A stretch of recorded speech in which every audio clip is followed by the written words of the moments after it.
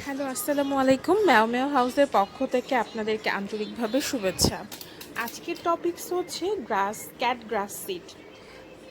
তো আমাদের শহর কেন্দ্রিক যেটা হয় বিড়ালগুলোর সমস্যা, ওরা ন্যাচারালভাবেই কিন্তু বিড়াল ঘাস খায়। এটা আদিকাল থেকে প্রচলিত আছে যে বিড়াল ঘাস খেয়ে পেটের যদি কোনো প্রবলেম হয়ে থাকে বা গ্যাসজনিত কোনো প্রবলেম হয় বা কিডনি হয় বা যা অনেক ধরনের প্রবলেম আছে যেটা ওরা ঘাস খেয়ে রিকভার করে। তো শহর কেন্দ্রিক যেটা হয় ঘাস তো আর অ্যাভেলেবেল পাওয়া যায় না, তো আমরা এরকম ক্যাট গ্রাস সিড বিভিন্ন অনলাইন পেজে পাওয়া যায়, আপনারা কিনে বিড়ালদেরকে খাওয়াতে পারেন, মানে লাগিয়ে আর কি। তো এটার প্রসেসটাই আমি আজকে আপনাদের সঙ্গে শেয়ার করব। এখানে বেশ ভালো পরিমাণেই থাকে, আপনারা একটা যদি কিনেন অনেক দিন পর্যন্ত যাবে। তো বিভিন্ন অনলাইনে বিভিন্ন দাম রাখে আর কি। এটা 100 গ্রাম নিয়েছিল 350 টাকা। তো আমি এখানে এখন এটার পটিংটা আমি করব। তো আমি মাটিটা রাতেই ভিজিয়ে রেখেছিলাম। এখন যেটা দিলাম সেটা হচ্ছে, দেখতে পাচ্ছেন, ডিমের খোসাটা খুবই একটা উপকারী একটা, ধরতে গেলে একটা সার হিসেবেও এটা ব্যবহার করা হয় ডিমের খোসাটা। তো আমি এটা একদম মাটির সঙ্গে মিশিয়ে দিচ্ছি।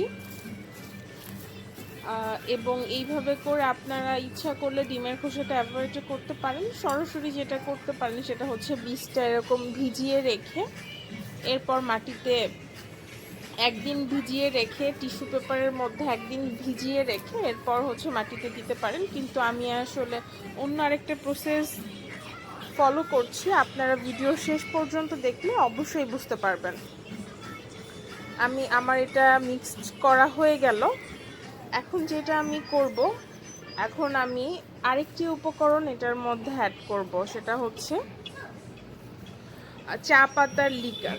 তো যারা গাছ লাগান বাসায় তারা আসলে অবশ্যই জানেন যে আসলে চা পাতাটা কতটা গুরুত্বপূর্ণ একটা উপাদান, এবং গাছের পুষ্টির জন্য চা পাতাটা অনেকেই ব্যবহার করে থাকে। তো আমি এখানে চা পাতা নিয়েছি এবং এটা কিছু গরম পানিতে ভিজিয়ে রেখেছিলাম। এই যে দেখতে পাচ্ছেন চা পাতাগুলো, এখন এটা মাটির সঙ্গে মিশিয়ে দিব এবং পটিংটা আরও বেশি নরম হয়ে যাবে এবং ঠিক কাদা কাদা হয়ে যাবে। তো আমি এখানে চা পাতাগুলো দিয়ে আবার পুনরায় আমি এটা মিশিয়ে দিব। তো এক একজন আসলে এক এক রকমভাবে করে, এটা আমার ওন এক্সপিরিয়েন্স। আমি এর আগেও এরকমভাবে করেছিলাম এবং গাছগুলো খুবই সতেজ এবং তরতাজা ছিল বিধায় আমি ভাবলাম আপনাদেরকে এইবার সঙ্গে নিয়েই আমি আসলে পটিংটা করি, এই জন্যই আসলে ভিডিওটা করা। তো এখন লিকারগুলো আমি দিয়ে দিলাম। দেওয়ার পরে এটা আবার একটু মিশিয়ে নিব এবং দেখতে পাবেন যে একদম গ্রামে যেরকম মানুষ জমিতে ধান লাগায় ঠিক সেরকম মাটিটা দেখে আমার কাছে ঠিক সেই পুরোনো দিনের কথা মনে পড়ছে, যে ছোটোবেলায় যখন গ্রামে যেতাম তখন দেখতাম হচ্ছে এরকম জমি এরকম কাদা কাদা থাকতো, এর ভিতরে বিভিন্ন ফসল লাগানো হতো। তো আমি সেই ফিলটা পাচ্ছি। তো আপনারা এই ক্যাট গ্রাস সিডটা আপনারা লাগাতে পারেন বাসায়, এটা খুবই ভালো। এবং এই এই ঘাসটা বিড়াল নিচ থেকেই খাবে, কারণ এটা ওদের জন্যই, মানে ওরা যেই ঘাসগুলো খেয়ে থাকে এই গ্রাস সিডগুলো ওইগুলোই বিড়ালদেরকে খাওয়ানোর জন্য। এবং আরেকটা কথা আমি বলে দিই, সেটা হচ্ছে এই ক্যাট গ্রাস সিডটা যেটা আপনারা এইটা খাবারেও অ্যাড করতে পারেন। যদি দেখেন যে কোনো বিড়াল খাচ্ছে না তখন এইটা খাবারেও আপনারা অ্যাড করতে পারবেন। খুবই একটা ভালো এবং উপকারী একটা জিনিস। আমার মনে হয় যারা বিড়াল পালে শহর কেন্দ্রিক সবারই থাকা উচিত। দেখতে পাচ্ছেন এখানে বেশ বেশ অনেকগুলোই দেখা যাচ্ছে। তো আমার এত লাগবে না, আমি অল্প কিছু দিচ্ছি, এরকম ছড়িয়ে দিব। এবং গাছ বের হতে 3 থেকে 4 দিন, আবার অনেক সময় 5 দিনও লাগে। আসলে এটা সব বীজ তো আর সব বীজ থেকে তো আর ভালো ফসল বের হয় না, এটা আসলে ডিপেন্ডস। তো আমি এখানে কিছু দিয়ে দিচ্ছি, দেখা যাক যে আসলে 3-4 দিন পরে কেমন হয়।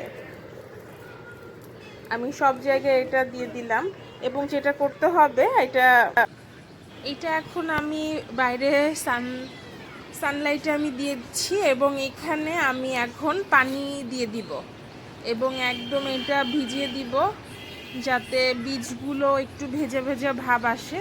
এবং 2 বেলা আপনারা পানি দিয়ে রাখবেন, 2 টাইমস, মানে যতদিন না পর্যন্ত চারা গজাচ্ছে 2 বেলা করে আপনারা পানি দিয়ে রাখবেন। এবং বারান্দায় পাখি আসে কিনা সেটাও দেখবেন, না হয় দেখা যাবে যে পাখি খেয়ে নিচ্ছে। তো এটা একটা ইনডোর প্ল্যান্ট, আপনারা দিনের বেলায় বাইরে রাখতে পারেন, রাতের বেলা ঘরে এনে রাখতে পারেন, বা বারান্দায় যদি ক্যাটপ্রুফ থাকে বারান্দায়ও রেখে দিতে পারেন। বিড়ালের যখন প্রয়োজন হলো তখন ওরা খেতে পারলো। আশা করি এই ভিডিওটা আপনাদের জন্য হেল্পফুল হবে এবং আপনারা নিজেরাও এটা আসলে বাসায় করবেন, লাগাবেন, যাতে বিড়ালগুলো ভালো থাকে। আমাদের এটাই সর্বোপরি আমার চেষ্টা। ধন্যবাদ, ভালো থাকুন।